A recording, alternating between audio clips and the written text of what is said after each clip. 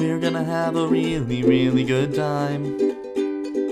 Talking about things that make us laugh and make us feel alive. Red noses and silly hats, big old cars on wild tracks. Let's just talk about clowns and coasters. Hello, and welcome to Clowns and Coasters. I'm Kyle Anderson. I'm Alex Prather. And Alex... we're two clowns with drinks on coasters. What? Did you say drinks on coasters? Drinks on coasters. We're two clowns with drinks on with coasters. With drinks on their coasters. Clowns and coasters. Okay. Yeah. As in, like, coasters. Mm-hmm. That's it. Take it away, Alex! This is a podcast that is dedicated to... it's dedicated to us being friends, but it's also dedicated to talking about two of things that we both like very much. Yeah. But don't know... No, this is terrible. This is a terrible start. All right. Hello, and welcome to Clowns and Coasters. I'm Kyle Anderson. I dig me some coasters, and that is Alex Prather, and he is a clown. And we are two bestest of friends for many, many years, and we have since, in the last couple years, moved away from each other. Like jerks. I was like, one of us moved away from the other one. No, one of us. I moved to Chicago. Alex is in Oklahoma City. And so we have been trying to figure out, I think really the origins of this is the fact that we really suck at talking on the phone. We just we are not good. That skill set eludes both of us. So we got to find a way to maintain our friendship. And what better way to do that? We need to find a forced and public way to maintain our friendship. Not really. Not maintain. We maintain our friendship through video games. We play. We've streamed and or not streamed, but like played online gaming. For that entire 2 years, we play as often as we can, and so now we're like, hey, let's do some more stuff. That's just video games. Let's do a podcast because we've been wanting to do a podcast forever. Yeah. So now we're like, hey, and so let's do it and talk about things that bring us life and joy and passion. And with me, that the other person doesn't know much about. Don't know. That's the thing. You have recently started this clown. Now you've always been somewhat of a clown. Yuck, yuck, yuck. Yeah. But you are have recently really taken like a. I find that offensive. You seem to have really taken a deep dive and becoming an artist, a clown artist. And I have recently I just got my American Coaster Enthusiast card, and I'm going to like roller coaster events. I have recently become a true, not just amateur, like a coaster enthusiast. I like me some roller coasters. Yeah. Alex likes him some clowning. Let's talk about that. Let's talk about that. I think that's the tagline for Good Mythical Morning. I don't know if you ever watched Good Mythical Morning. I have. It's some good stuff. With Rhett and Link. That's their thing. They say, let's talk about that. Well, I love that. Let's talk about new things that you got going on in your neck of the woods. Let's talk. Yeah. So, Alex. What's up? A question I've had. Oh, I guess we should also mention that we used to do improv. Yeah. We used to be an improv duo. We used to be improv partners. We did it with OKC Improv. We went to festivals. Yeah. Some of which went well. One of which did not. That could be a whole episode. But we could spend a whole episode just talking about how terribly that went. But one thing in just like we won't. Kind of chatting with you about your artistic endeavors in clowning is we kind of realized that what we were doing in improv was probably closer to clowning than it was to improv comedy. We were definitely, at least by kind of modern standards, what we were doing was not was more related to clowning than improv. Because the current trend in improv is keep it honest, keep it real, keep it true, keep it as close to reality as possible, just made up on the spot, which is fine. All good things, yes, all good things. Yeah, but it's not how our brains ever worked. Because I think I don't know about you, but I got into comedy because I wanted to be a cartoon, and I couldn't make it happen any other way. And that's how often our, not only by ourselves, but just from audiences, we were described as, I think someone said, like, live action cartoons. That might have been you. We were called live action cartoons. We were once called Monty Python on speed. Yeah, that made my heart feel very good. I like that. No, that's a compliment. So we definitely, because like when you get down to like the core, or one of the things people say, which one of the things I want to talk about today, but one of the things people say is like with clowning is like finding complicated ways to get to very simple things, right? Like that's an option for clowning, which is like what we would always do when we were doing improv, when other improvisers were like, why don't you just do the thing and then have an emotional conversation about it? Well, that's not what we're doing. We could do that. Trying to have a good time. But we were like reprimanded, but like I think some of the you were reprimanded. I was reprimanded because you were closer to reprimanded than I ever was. And it wasn't even really. I mean, the thing of it was we were so different, and I think the biggest, most obvious differences at a glance is very high energy. We tended to be kind of, maybe spastic's not the right word, but definitely just big concentrated bursts of energetic scenes.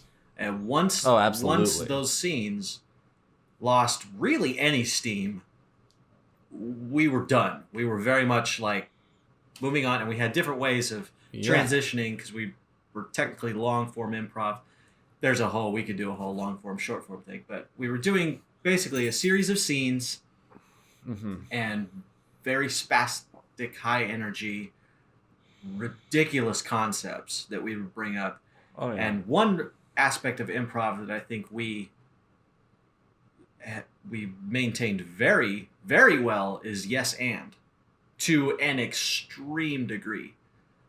The idea. Well, because if you haven't done improv, that's the big thing that even people who haven't done improv are like, yes and. That's an improv thing, yes and. Yeah, and everyone knows that. Everybody knows that, and we obnoxiously would just go, okay. I mean, and literally anything that was, hey, you want to make mac and cheese and use, exploded stars to heat it? Let's go! Okay, let's go get the stars. Absolutely bonkers. Just bonkers premises. Pretty much without fault, every one of ours would have some very odd thing. And that's just, maybe it's not the trend in like... It's definitely not the trend in Oklahoma improv. Definitely not. Which is fine. Again, that's fine. It's fine. There's no criticisms. It's just, it led to a difference in... style and technique and how we wanted to ground what we were doing. Yeah. And I think the best example I could think was, I think it was during Christmas, like 2014 or something like that, that when you jumped up on my head. Yeah. I mean, that's the obvious example of how just...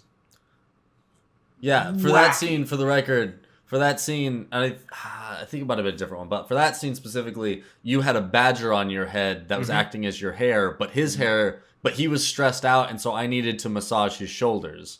But rather than get the badger off your head to massage his shoulders, I climbed up onto your shoulders so the badger would stay upon your head, and I could massage the imaginary badger on your head. Yes. Yeah. You leapt upon my body, and were like massaging and doing the hair of a badger that was on top of my head. Or massaging. Right. You were massaging, I thought. I was massaging. That was the thing I was doing. Ridiculous. I mean, that is straight up Looney Tunes. That is straight out of just wacky. And whereas in other improv circles, one might say, that's okay, let me get this badger and then we'll talk about this badger or something. It would be taken a little more. The idea in general was to keep it grounded in reality because truth is comedy is truth and like all that jazz, which it can be, But again, it comes back to like you and I wanted something different. We had different artistic Yeah. goals. Which leads us to clowning. Yeah, sorry. We keep going. No. It's just true. Yeah. Because like the more I read about clown and the more I experiment with clown, the more it's like that absurdity is honest. Like it's Yes. I don't know. It's just interesting. We both seem to agree to the reality of the scene. Yeah. No matter what. Right. And I think there was one time, going back to like where I was reprimanded, was like, this is one time I was doing it without you. I was doing a scene with other OKC improvisers. All very good. All very good, sure.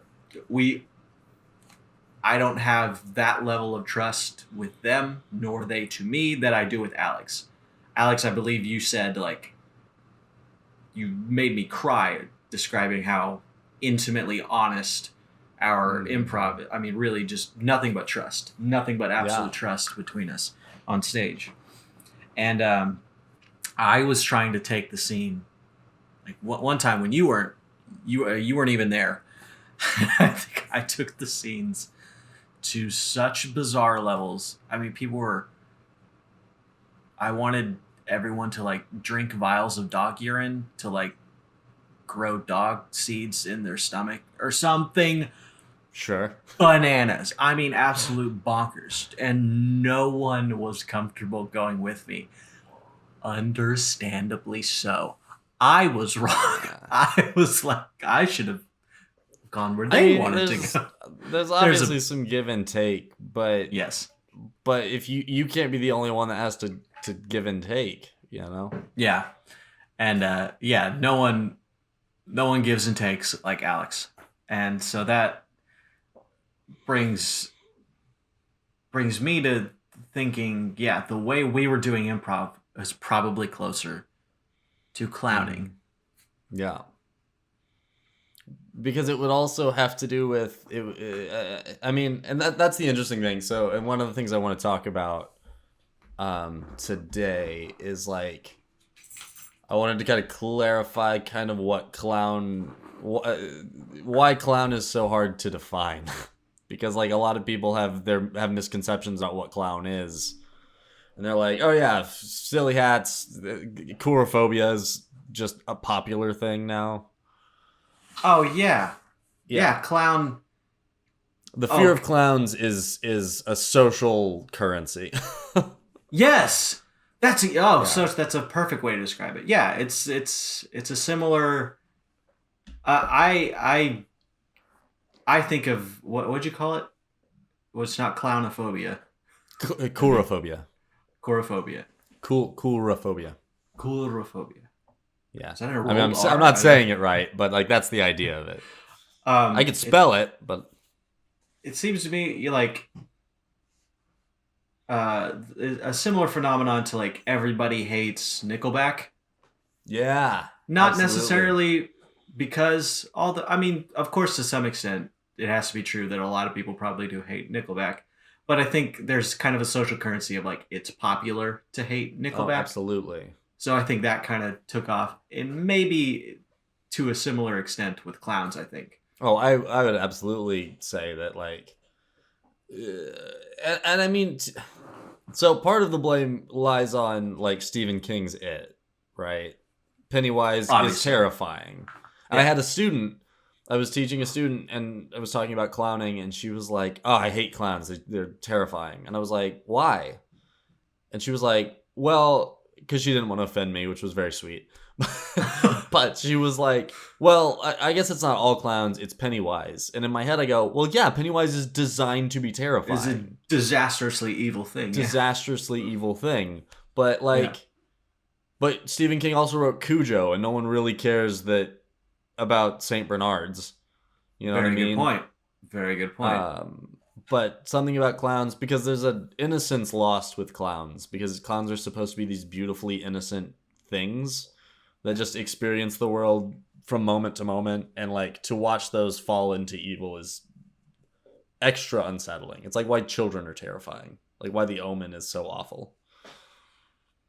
Because Because there's an innocence there that should always be there. Clowning should be like a sweet, ridiculous thing. Yeah. But people have it in their head now that that's an evil thing because you can't trust a clown because there's nothing really that innocent in the world. And it's like, but there is. Yeah. There's clowning. And do you think maybe because they're typically played by adults, that might be a little, I don't know. What clowns?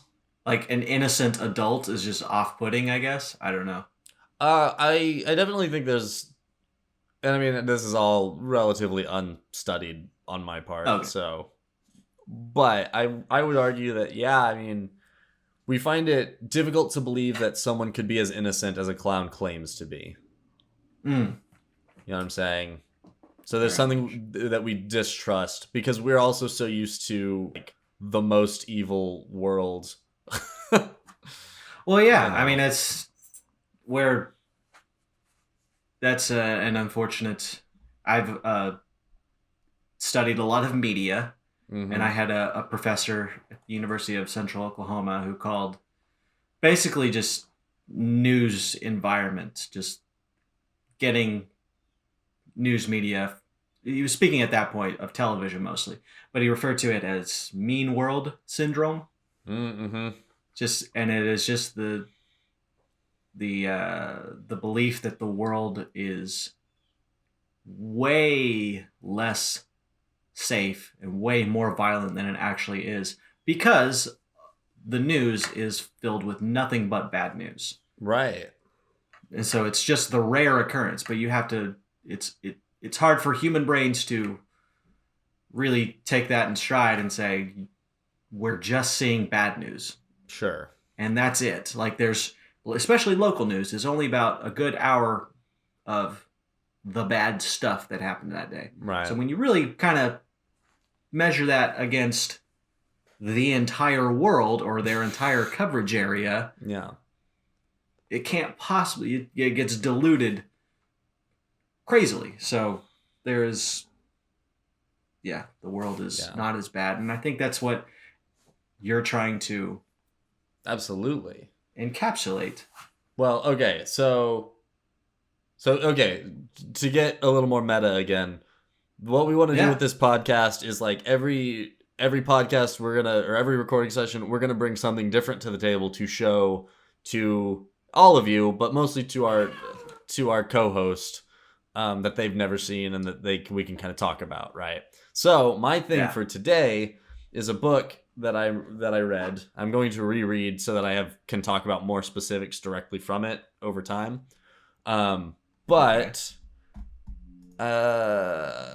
It's called Clowns and Conversations with Modern Masters. So that is this book, this is a terrifying cover. Like, oh geez. In the defense of people being afraid of clowns, that's not helpful. I get it. But so it's basically just these two guys who teach clowning, and they were like, we teach clown at colleges. We don't know there's not a textbook on clowning. Okay. And so they were like, we're going to go talk to clowns who are professional clowns over the years and ask them what their thoughts are, what people should learn, how they feel about, So it's like part history, but part just a series of interviews, is mostly a series of interviews. But in that, they interview, what is it? It's like 15, 20-ish. They interview 20 clowns, more or less, from all over the place. And they ask them a series of questions, but one of the things they ask is basically like, what is clown? What is your philosophy of clown? What does clowning mean to you, right? Mm-hmm. So I wrote down some of the answers specifically. And is this like from... I like the meowing of the cat. I know, I'm sorry. There's no getting rid of it. That's in the cast now. I have two cats, and Simon is very needy sometimes. My cat, okay, I promise we'll get back to the clown thing. My cat, Beckett, has he's just turned a year or is about to turn a year old. Like he's still your cat's still like a kitten. He's a baby. He just learned that meowing is a good way to get our attention. Oh boy. Because he would only meow when we had food out. And now like we'll be about to go to bed and we'll just hear meow. And so we like rush to check on him.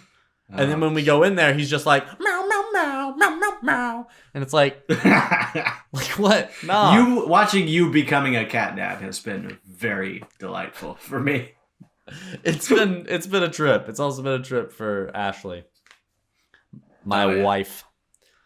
So yeah, no, it's been because I've never had cats. I've never in my life had a cat, and now I'm just like the biggest cat dad. I got two staring at me right now. It's a little unsettling, but whatever. Yeah. Did you ask a question about this clown book? I did. Okay. So were there any? So you said there are about 20 interviews. 20-ish interviews. Yeah. What was a good common thread? Was there of like what a clown is to them? Yes and no.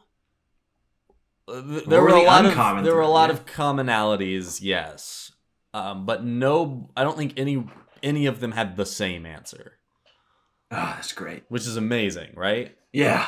But I wrote down some of my favorites, and I can give you the names of these clowns. But for the most part, no one's ever heard of these people unless they're interested in clowning. Because that's the point. Is like we don't think about it, but they're still around and they still do stuff. And the other thing is like there's theater clowning, there's street performance, there's circus clowning. There's like all kinds of different kinds of clown performance. But so Aziz Gual, and I wrote down the exact quotes, but only like a sentence of it. So if there's more to it, if you want more information, I can always give it. But Aziz Gual said, "Clowning is the language of the heart." You cut out on my is the language of the what? Clowning is the language of the heart. Ah, that's what I hoped you'd say. And then Lorenzo Pizzoni, I heard clowning is the language of the... Clowning is the language of the... Yeah, that's hilarious. Yeah. Yeah, for the record, we are still not in the same place, and we were recording this podcast from across the country online, so... I'm hearing a good 90% of your words, which is pretty good. That's really all you need. Yeah. You'll listen back when you're editing and be like, "Oh, that's what he was talking about." That's great. Oh, I didn't hear any of that. Whoops. That's why my responses were so dumb. Sure.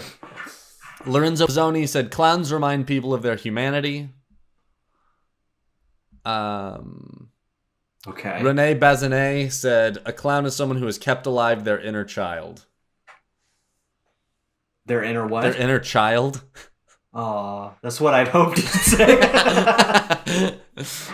And then Django, who's this like wild clown. Django's amazing because he started clowning, and like a week in, he was in a clown class, and they were like, "Hey, can you teach this class?"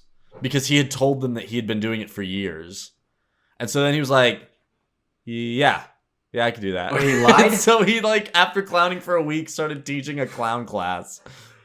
And it's like... Yeah. But he said, clowns are freedom, clowns are outlaws. When I say clown, I mean I can do anything. Like, he was wild. Oh. He was, like, you would love Django. He did all kinds of weird shit. That sounds cool. Yeah. So what does he mean by outlaw? So, another clown named David Kanyat... said, "The most important thing is the court jester, the ones who are allowed to criticize." Oh, and Django did a similar thing where, I mean, I think he got arrested multiple times clowning in extreme ways, like with nudity, stealing. Like he would just do this. It was this performance thing that he was like doing. It was really now. Was he doing this like to test the limits of like freedom of speech and performance, or was he just yes and this is no? What he felt in his heart. Okay, he just I think because it sounds like the Lenny Bruce of clowns. Yeah, he kind of was. He was very like street and just clown is a lifestyle choice that you make. And he was like, it wasn't something he relegated to only when I'm on a stage or in a circus can I clown. He would do it wherever in the most extreme ways. Like, he was really interesting. Cool. But then, you go back to these like lovely things where like there's a clown named Dimitri who said, the heart, the laugh, pure humor, pure laughter brings health to the world. And so he was talking about clowning in like a very pure, innocent sense, where he was like, there's other kinds of laughter. There's, you can laugh at someone's pain. You can laugh because you made fun of someone, all these things. But he was like, pure laughter in its innocence will just make everyone better. So it's just, yeah. So, yeah. Bringing the most joy. Yeah. So...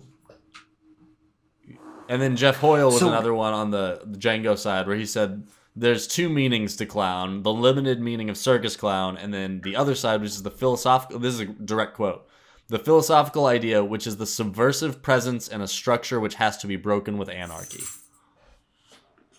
Whoa. Yeah. There's a lot of deep philosophical everything that goes into Oh, yeah. No, it's amazing. clowning. And I didn't have a quote from him, but there's a guy named Slava Polonin, who's a Russian clown who lives in France now, I think, because he got kicked out of Russia for speaking truth to Russia. They're not big fans of that. Not big fans over there. But so he's this great clown, and he just had a show in New York called Snow Show, which is like, go look up clips of it. We'll link it in the description on YouTube. And Snow Show? It's called Slava's Snow Show, yeah. You can go look up a trailer of it. But it's just for children, and it's playful, and it's fun. But he's interesting because he started as a mime, and then he said, mimes are too perfect. Mimes have to do everything right. Clowns can fail. And he said, I want to be a clown. So he started clowning. And then he started clowning in theaters because he wanted a specific kind of clown. But then he decided to be he was like, I don't really perform as much anymore. I must be a clown in my everyday life because that's how to live honestly. And then you're like, let me find this quote. You're gonna love this quote. That sounds awesome. You're gonna lose your mind over this quote. I like the anarchy clown. Speaking truth to power through clowning. Yeah. So he's okay. The last line of Slava's interview, he says, "Clown's not like this to be your friend. In fact, they live by the rules of the same game after the carnival." So he's talking about how he started doing carnival work because he was looking for happiness. Mm-hmm. And he says, pantomimes, human beings can be perfect. Marcel Marceau was perfect. He was this perfect form. Marcel Marceau is a great, great freaking mime if you've never heard of him. But then he said, clown is not like this. He's not above you. He's a friend. You can hug and embrace him. And then he says, we all live by the rules of the same game. After the carnival, the next stage is to choose a day, any day when you're very creative and your life is filled with art. And after this, it becomes about how to subject your life to this creative state consistently so that the whole of your life becomes indistinguishable from a piece of art and the whole of your art becomes indistinguishable from your life. That is like Andy Kaufman level of performance art beauty. That's so he lived. Yeah. He lived the artistic life of a clown. Well, and then when you couple that with these people who say clowning is the language of the heart, the clown reminds us of our humanity. There's another one that says the clown is, I forget who it was, it's in there somewhere. But he's like, the clown doesn't want applause, they just want love. Like, the whole point of clowning is to share love and togetherness and connection. And so, it makes sense that if someone coming from a world of clown is like, this must be our lives. I'm writing a blog post right now about, clowning as religion, as a lifestyle choice. Wow. Yeah. So. That sounds amazing. Yeah. It's cool. What is, what do you got? I mean, not much, just what do you got so far? It's just that, because that's the thing is, religions tend to say, they're founded in love, and then they pack on all these rules about how people are loving wrong, and you should hate people who don't love this correct way, and all this stuff. They like get bogged down, but they all start with love, and that's really what clown does too. Is like you should love yourself, and you should love the people around you, and go from there. And so, I mean, that's really honing in on that starting point, right? And then joy, obviously, there's joy there, but. So don't let it get all bogged down later. Yeah. Now, do you just wait in 200 years when this religion is perverted for... It's like, if you don't have a red nose, you must be killed, stoned in the street. Exactly. Wait, did your red nose go honka honka? It should be waka waka. Yeah, that's what's going to happen. We are the waka waka clowns. It just becomes the Sneetches. The Sneetches. Are you a Star Valley clown? Cult War, yeah. It's going to happen. Well, but anyway, good luck with your clown all religion. that to say, this is a great book. I recommend anyone read it, even if you're not a clown. What was it called? Just Clowns? It's called Clowns in Conversation with Modern Masters by Ezra LeBlanc and David Brodell. Well, that is beautiful, Alex. You are really taking this wonderful deep dive into clowning. Yeah. What are some of your, like, what's one of, do you have a routine that you're I'm working on particularly fond I'm working on a few right now. I have a giant list, honestly, right now of routines I'm working on. I'm hoping to have worked on one this week and get it really clean. So, where do you perform these?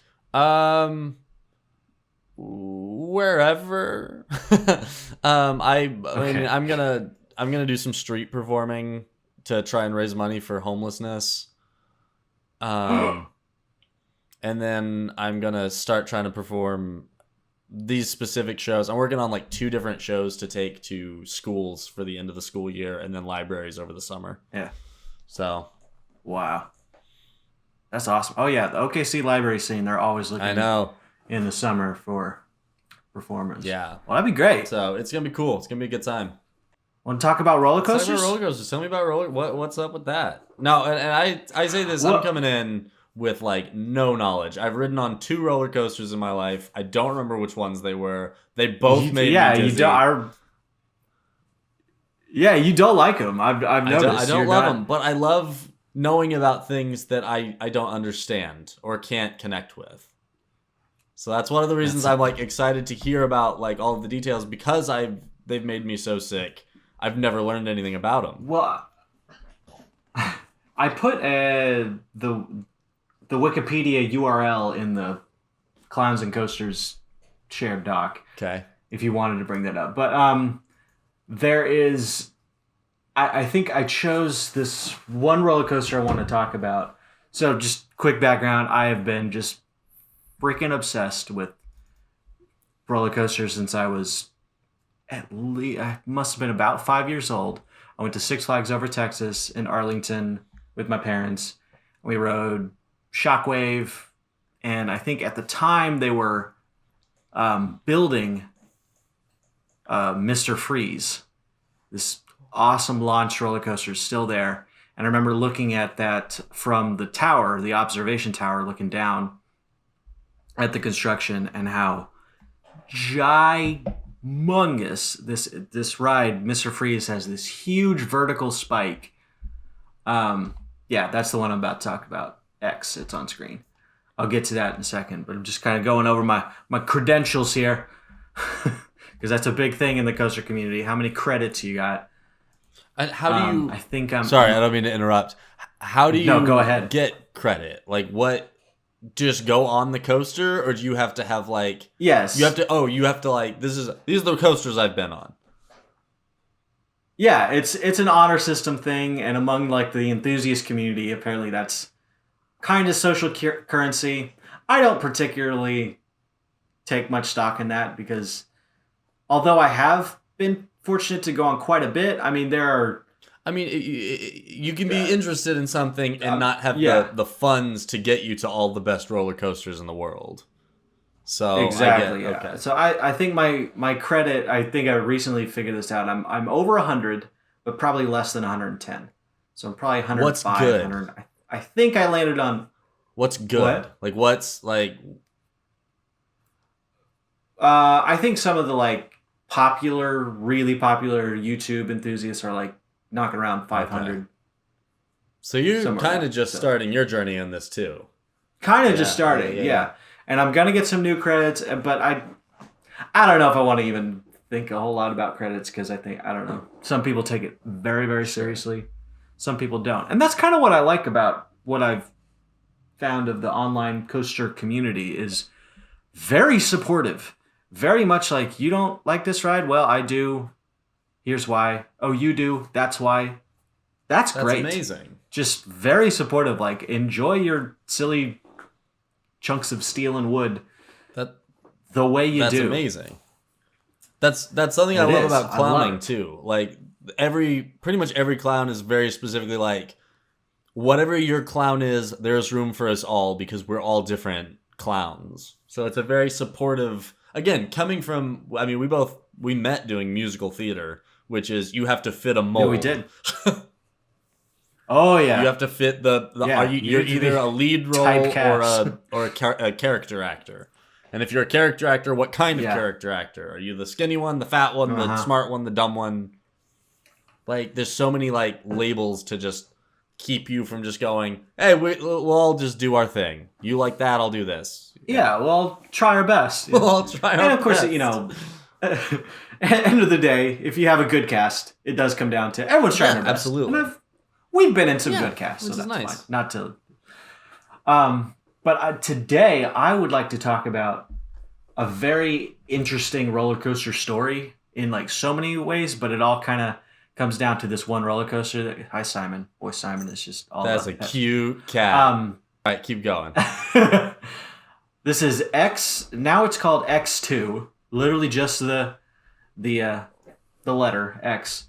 And if you scroll down a little bit on yours, and you can see the original color scheme, pink and yellow, very clown-like. I think it looks like it came right out of Yeah. a circus. It opened. It's okay. Where do I start here? It opened in 2002, and I went to Six Flags Magic Mountain. This is in Valencia, California. It's an hour-ish north of Los Angeles drive. Santa Clarita. It's very close to that. That's probably a more popular city. It is, I believe that park has the most roller coasters in a single park. I'm pretty sure it's at 19. Jeez. 99% sure of that. So yes, it does have the most of any park in the world. And when this ride opened in 2002, it was bananas. And I went to Six Flags Magic Mountain in 2001, which is when it was supposed to open. Now, I can go on a huge freaking tangent about how Six Flags is really notoriously terrible at opening rides when they say they're going to open.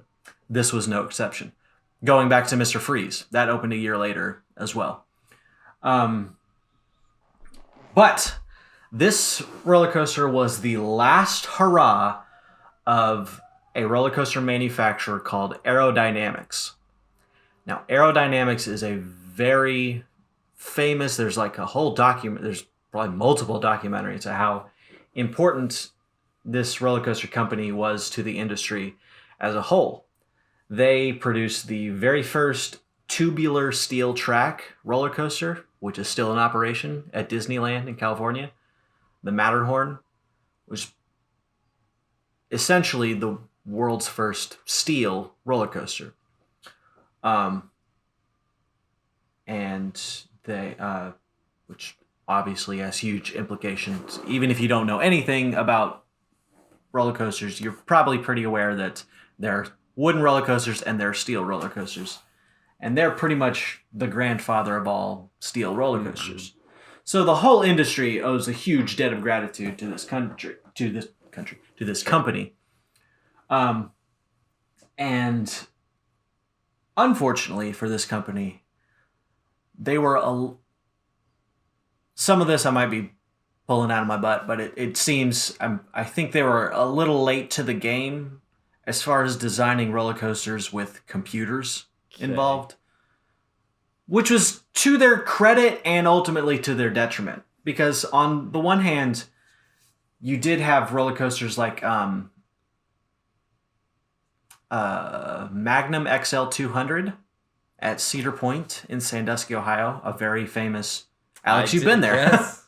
I rode nothing. You have been there. You went. I remember. No, I think I remember you going on the Cedar Creek mine ride. Oh, was that the one I went on? The wooden one? I think there's one you went on, and it had a wooden. Or maybe it wasn't. Maybe it was Gemini. I remember I did go on a wooden roller coaster at some point in my life, and I couldn't remember if that was the trip. Okay. Yeah, Great. it was.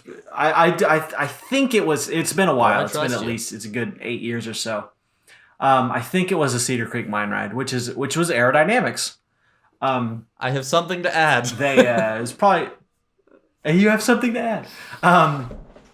Yeah. So, I'm going on a huge history lesson, but basically, we're going back to Magnum XL 200. It was the world's first roller coaster over 200 feet, which is now classified as a hypercoaster, a full circuit roller coaster between 200 and 299 feet is a hypercoaster.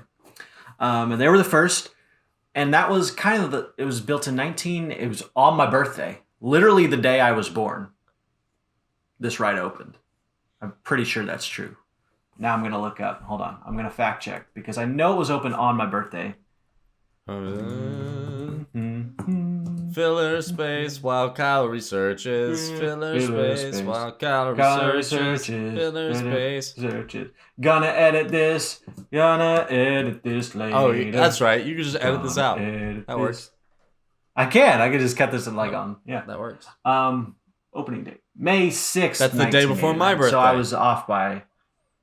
Oh, wait, okay. So it was 89. Was 2 years before me, but whatever. 2 years before. All right.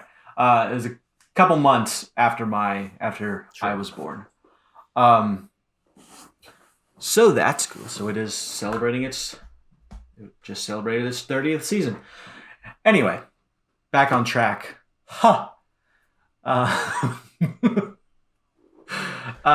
Your face is really good. That's my excited because you made a pun face. Well, anyway, that was 1989, and that was one of the last major large-scale roller coasters to be built, kind of by hand. So that's what I'm saying. On that one hand, they had rides that were built.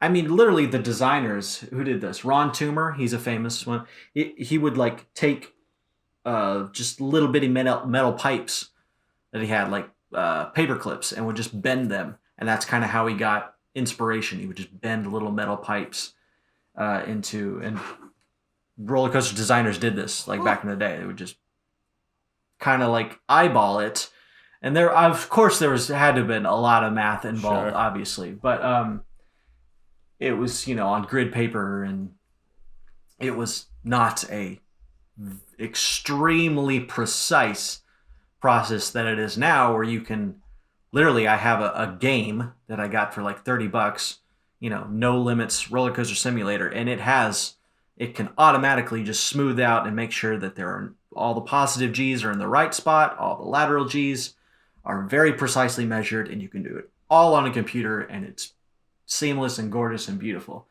Aerodynamics has a reputation with most of their rides. Yeah, the vast majority of their roller coasters are a little clunky. You can kind of feel the fact that they were built before a computer could smooth this particular transition out. And I think you definitely see that with their larger scale looping roller coasters. One of which is at my home park, the Demon at Six Flags Great America near Chicago. And you can kind of tell, just especially when they're rides that are like going into a turn or going into like a corkscrew element, an inversion. It's just clanky. It just you get jerked into the transition, and you get and they have these restraints that are over the shoulder, and you kind of hit your head on them. They're not very comfortable. In fact, recently they've had a slew of their larger scale looping roller coasters bite the dust. A famous one being Vortex at Kings Island in Mason, Ohio, is in the process of being torn down. They're not lasting well. They're showing their age. And anyway, getting back to X. X was one of their it was their last hurrah. Really, they kind of built it to be a huge moneymaker for them, crossing their fingers, hoping that it would get them out of debt, because they were in big time debt. So in 2001, this guy who designed it, Alan Schilke, that is a very popular name in the roller coaster designer sphere in the world, especially now. But we'll get that to later. That's related to my T-shirt. Not to interrupt you, we'll describe later. It's got to be a lot of you and me saying this is I'm a famous person that no one's ever heard of. It's because all of the clowns I named, Ron Toomer, Alan Schilke, the most famous clowns, and people are like, Dimitri, what's a Dimitri? No offense, but I've forgotten them. No offense, but I've forgotten all their Django, names, that's the one you need to know. Anyway, Django, I do remember Django. I remember Django, and I think Pennywise was one of them. I don't know. You are literally holding your hands over your face. You are mad at me. I apologize for that. Sad. Anyway, keep going. Anyway, so X. Okay. Now to my experience with X. This is literally my favorite roller coaster of all time, hands down. That's what's so disappointing about this ride, is the fact that it is genuinely an amazing and unique experience as far as roller coaster goes. To this day, there are two others fairly similar to it that exist in the world, but that's it. There are 3 of these types of roller coasters. What makes this ride so unique is the fact that it is the world's first 4th dimensional roller coaster. Meaning that this is going to be a little difficult to describe, but I'll try to get to just the nuts and bolts of it, bare minimum description. So this ride has a track, just like any other ride, but the seats that the passengers sit in are out to the sides of the track. Now this is a little more common nowadays to have seats on the side, like wing coasters are now pretty popular. But what made this ride different was the fact that the seats would flip. Now they don't flip freely. There are definitely rides now, they're all over the place where I can think like the Joker at Six Flags Great America, where the seats are to the outside, but they flip freely. They'll go over like little hills and stuff, and the seats will just kind of, there's a chance you'll get a good couple flips on the ride, but you might not, which also makes those kinds of ride very fun. But this one, the seats are rotated into very specific positions based on where they are on the track. And that flipping is governed by 2 extra rails. So you have the main rails that the train rides on, and then you have these outside rails that will move,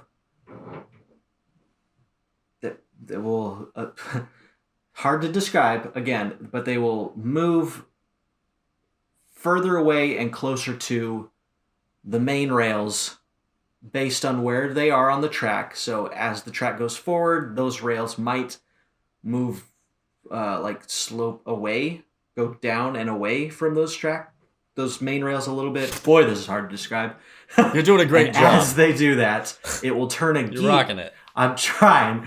They will turn a gear they will rotate the seats. So based on where that rail is moving, that is how it basically will rotate the seats. I'll just kind of explain the first drop of the roller coaster. It goes up the chain lift, and while you're going up the chain lift, the seats are positioned to where you're backwards. You can't see when you're gonna hit this first hill, which is terrifying, and I love it. So you'll hit this first little pre-drop, little dip. You can kind of see it on the picture. And then it goes down into, I believe it's 90 degrees. If not 90 degrees, 88.5. So very close to straight down. And as it hits that little bump and goes into that first drop, the seats will then rotate to where they will face straight down. So during that first drop, your seats are facing directly towards the ground. And just before the first drop levels off, the seats will rotate to where you flip forward and are now lying on your back going into this big turn. So, yeah, straight down, seats will flip to where you're laying on your back, going back up into a big, what's called a Raven turn. So, it's crazy. This ride flips in crazy ways, but they are controlled. That's really the big takeaway. So this ride will do one of the coolest elements I've ever experienced on a roller coaster, where the track goes from facing up, like the car is rolling like on top of the track, like most roller coasters, like any roller coaster. The car's riding on top, and then it goes into like a hill, and as it's going over this hill, the track rotates to where it will, by the end of the hill, the track is now facing upside down relative to what it was. So it does like a half barrel roll. Now, while it's doing that barrel roll, the seats will flip forward. So on one axis, you're being flipped like to the side, going over a hill. So like you're on a hill. That means like it should be, if all the calculations are right, you should be going into a 0G bunny hop hill while you're being rotated one way and flipped forward, coming out of the element facing completely backwards from when you came into the element. Okay. Insane. Just describing that was a I think there should at least thing. be one time per podcast where you just try and describe a roller coaster, because it's not the same thing as doing I picked the worst one. There's a drastically different I know, enjoyment I'm getting out of you being like, then you do it and it flips and you flop, and I'm like, okay, great. I know, I'm trying to verbally describe it, but I can't do it without physically doing the motions and sensations. It's very odd. And I picked like the most difficult one to describe. Why are you telling me about this first? That's the question. Because it's my start me with your favorite roller coaster. Amazing. And it's got a cool story to it. Because it didn't work, obviously. Aerodynamics put all their money behind this crazy roller coaster, and it was just plagued with downtime and issues. And I so sad. Especially in its first year. Now, in 2007, well, I'll go back to when it opened. So yeah, it opened and it was plagued with issues and bad, and it was an extremely. And I remember this from when I wrote it in, I believe it was 2005. It's the first time I wrote it. I wrote it. I waited for 3 hours twice. I wrote it twice, and I waited 3 hours both times. That's how much I loved it. That's how much I loved this ride. 3 hours. That's fascinating. 3 hours. I described this to my wife, I guess, fiance Melanie, and was absolutely floored because I think the longest we've waited was over an hour for a ride, but it was also a rain delay. So we also at least 20 minutes of that was because of rain. I'm blown away. 3 hours. Yeah. Now the reason it was 3 hours was, I believe, at least at that time, I don't know if this was always the case, but at that time it was only running one train. And that is stupid, especially for a new ride. If you're going to have a new ride, it needs to be, if it's going to have one train, it better be a quick ride, a very efficient loading process. So the operations on this ride were just nightmarish early on, especially if it's only running one train, because it takes a long time to get that. I mean, just the process of like when the train enters the station, it's the rails have to like detach and the seats have to like go back to like upright position. You got to undo all the harness. It was a very, very involved process, long process just to get one train loaded. Imagine imagine you have just that one train doing a pretty long roller coaster. And sure. Operations were bad. So because of that alone, that really sunk the reputation pretty significantly. And the fact that this was an extremely expensive roller coaster, aerodynamics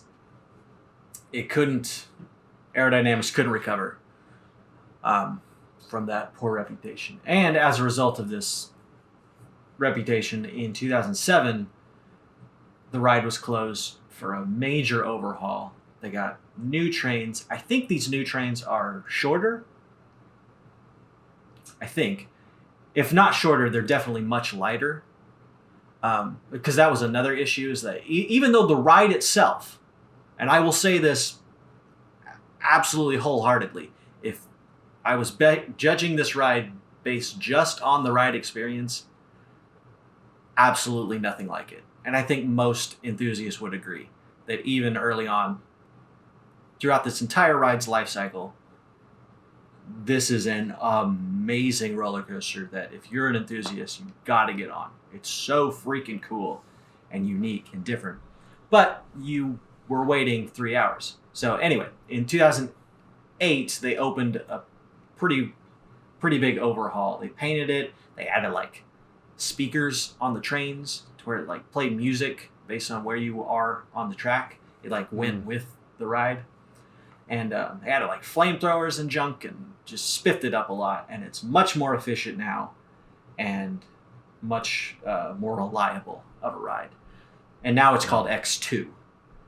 Like it was that big of an overhaul that they felt like they had to rename it. So it's now a sequel. It's pretty much from what I've heard. I haven't ridden it since it's been reclassified as X2. But from what I've gathered, it seems to be an enhancement, if nothing else, but still maintains exactly the same you gotta try it. You gotta go try it. I gotta try it. Favorite coaster. You gotta try the new version. It's my favorite coaster, and I want to try it with the new trains, because from what I hear about the new trains, they're less jittery. That was kind of a deal with, is like the seats would flip, but then like when they end their element, when they're done with their flip or whatever, they would like bounce like meh. Ooh, so there's stressful. less of that now. So that is the greatest achievement and also the demise of aerodynamics. We're coming strong on first podcast. Kind of a sad story. You're talking about the rise and fall of an entire company. Of an entire company. A very important rise and fall of a founding company. I'm impressed. Yep. So now, well, thank you. Any thoughts, questions? Applause? I mostly have applause. I don't think I have anything specific to add to that conversation. That was mostly just like a lesson for me, because I don't know anything. So, yeah. Well, one thing I like about I kind of wanted to share this story was because it's got the whole history of aerodynamics behind it. I am intrigued at the concept of roller coasters as artistic expression. Yeah, which is why. So I would say that as of this point, my favorite artist, because I'm calling him an artist, that's Alan Schilke.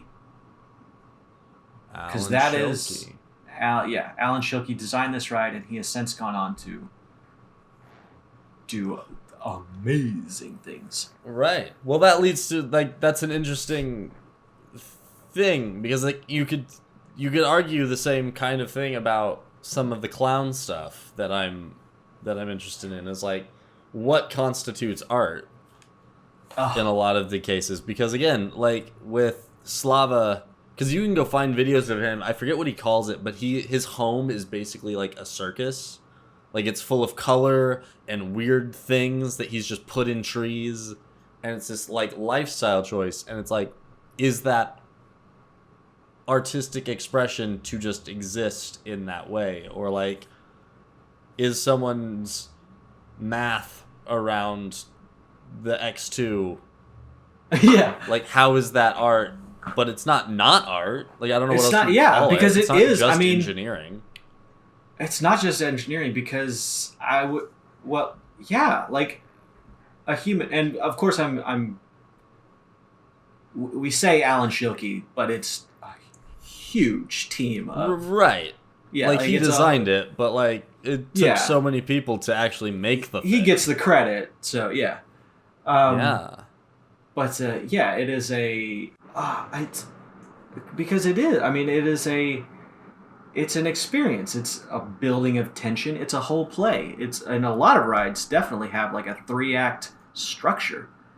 Right. I would say there's the chain lift, building of suspense, and then you go down. You have the first half, and typically for most large scale full circuit roller coasters, you have a brake run about right in the middle, which will usually slow the train down and has the actual function of letting the train behind it know that it's safe to go. That's really what a brake run's for, in case you didn't know. But one of Alan Schilke, well, now I'm going to go on to one of Alan Schilke's latest creations, is the perfect example of a 3-act structure of a roller coaster. And I think the best example, Steel Vengeance at Cedar Point, which is, I could go on a whole thing of what's going on in the roller coaster world now, but that's it was an old wooden roller coaster that had just seen a big wooden roller coaster called Mean Streak, that had just seen its best days. Wooden roller coasters in general, unless you're going to retrack them once every decade at least. Sorry, you're giving me. No. I don't mean to stop you, but we are at an hour and 5 minutes of recording. Okay. So, if we want to keep this, I could keep a pin for this, but because a 3-act structure, in roller coasters could be a whole episode. That sounds really fun for me. Yes, that's the thing. So, because I do want to kind of start wrapping up and do some final statements. And then, because I have 2 other quick things that I want to do in the podcast. Just because our first podcast, we're getting the structure down. Yeah. So, okay. So, final statements. Do you want to... Okay. We can edit this out. Oh, yeah, absolutely. This is a production meeting. Yeah, this is production meeting during. Or we leave it in. Leave the meta. I don't care. There is a podcast I love, Ice Cream Social, and they have a production meeting jingle that their fans make. Production meeting. Oh, hilarious. That's so great. But they don't edit it out. Right. And we might not. We'll see how long we go. But I want to do a quick hot topic section where I just talk about a quick thing. That's going to take a minute to just explain away. But it's something that's current. And then I want to do our week's work where we talk about our challenge for the week. Like anything doesn't have to be like roller coasters. Just No, I mean mine is gonna be. I'm gonna try and finish one of my clown books. Like that's gonna be nice. my thing this Yeah. week. Like that's it. Like it's just something to keep us on task. Love it. I love that. And then some like closing statements. Great stopping point because I kind of touched on, and now my wheels are just turning, like roller coasters as 3-act plays. Yeah, man. I could do it. Yeah. Yes, and that would lead a whole thing to Alan Schilke and the future. Which would be a great topic. Great topic. Okay, so as we wrap up, let's do hot topics.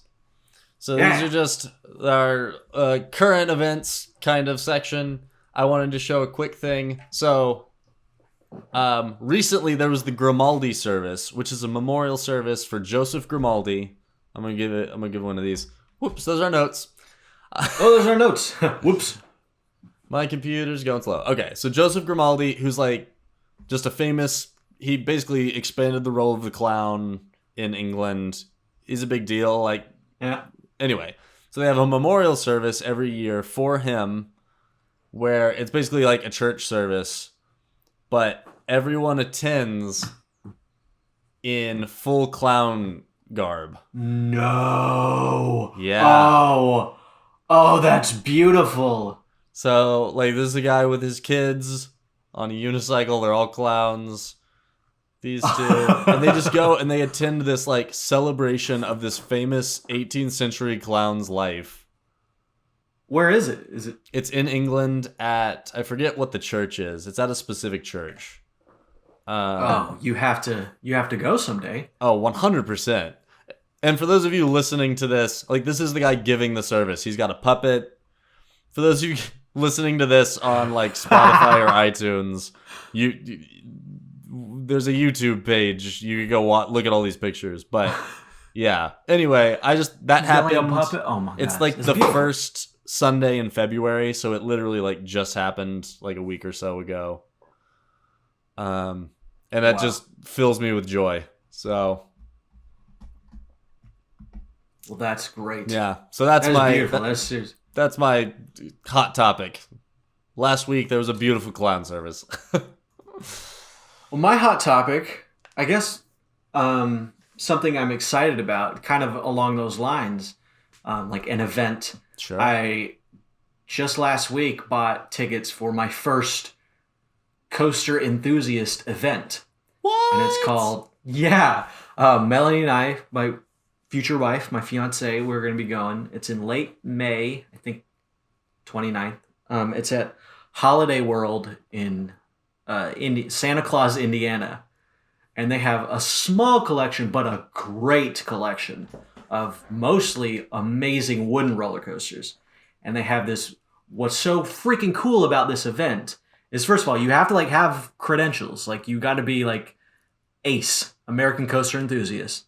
So it's after hours, after the park closes, and what they do is some of their bigger rides, not only will you have just exclusive ride time with just enthusiasts, but they turn off the brake run, the trim brakes, for one of their super long wooden roller coasters called the Voyage. So about halfway through this ride's layout, they have a brake run, as most rides do, and in order to limit wear and tear on the ride over its lifespan, they'll trim it down. It'll slow down pretty significantly, so it doesn't. So it's technically safer, and also helps with maintenance in the long run. But for this event, they turn those off, so it flies straight through this brake run. So the second half of the ride, you're gonna be flying, and it's the end of the day. And coasters tend to get faster as they warm up throughout the day. So I am super excited because the Voyage is a legendary ride that I've never been on. And I'm very, very, very excited to go on a trimless, no brake run Voyage. That's very exciting. That sounds exciting. Hollywood Nights. It's really cool. So yeah, that's coming up in May. Yeah. That's good. Hot topics. Hot topics. All right. So finally, week's work. What is your challenge for yourself this week? My challenge. My challenge. You go what's ahead. your challenge? 1 second. All right. My challenge. My goal this week is to I am starting. So you like reach. Do you need to take off your headphones to reach for your thing? Got it. Keep going. That was hilarious. Struggle. My challenge for this week. So I have the beginning of this year.